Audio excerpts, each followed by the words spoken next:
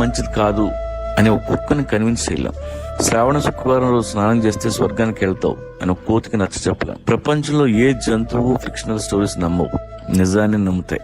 కానీ ఈ బూడిది రాస్తే దెయ్యం రాదు అంటే మనం నమ్ముతాం. ఈ రాయి లోపల పెట్టుకో ప్రపంచాన్ని ఏళ్తామంటే మనం నమ్ముతాం. మనిషి మైగ్రేట్ అయిన నాడు బానే ఉన్నాడు. 7,000 సంవత్సరాల క్రితం వ్యవసాయం కనిపెట్టాడు. ఆ తర్వాత వేట మానేశాడు. ఇంటి చుట్టూ పంట, చేతిలో కంచం, పని తగ్గింది. అక్కడి నుంచి అన్ని దరిద్రాలు చుట్టుకున్నాయి. తర్వాత దేవుడు పుట్టాడు, మతం పుట్టింది, బిలీఫ్ సిస్టమ్స్ తయారయ్యాయి. వాటి మధ్య పెరిగాం. క్వశ్చన్ చేసే ధైర్యం లేదు. నలుగురితో నారాయణ, గుంపుతో గోవింద. ఇప్పటికీ మైగ్రేషన్ లో ఉన్న అన్ని జంతువులు నిజంలో బతుకుతాయి. మైగ్రేషన్ ఆగిపోయిన మనం అబద్ధంలో బతుకుతున్నాం. ఫ్రీగా ప్లేట్లోకి అన్నం వచ్చిన రోజులు ఇలాగే ఉంటాం. కానీ వేటగాడు ఎప్పుడు అలర్ట్ గా ఉంటాడు. మీ వేట ఆపొద్దు, మీ ఊళ్ళో ఉండొద్దు, కడుపు నిండిన వాడి పక్కలో అసలు కూర్చోవద్దు.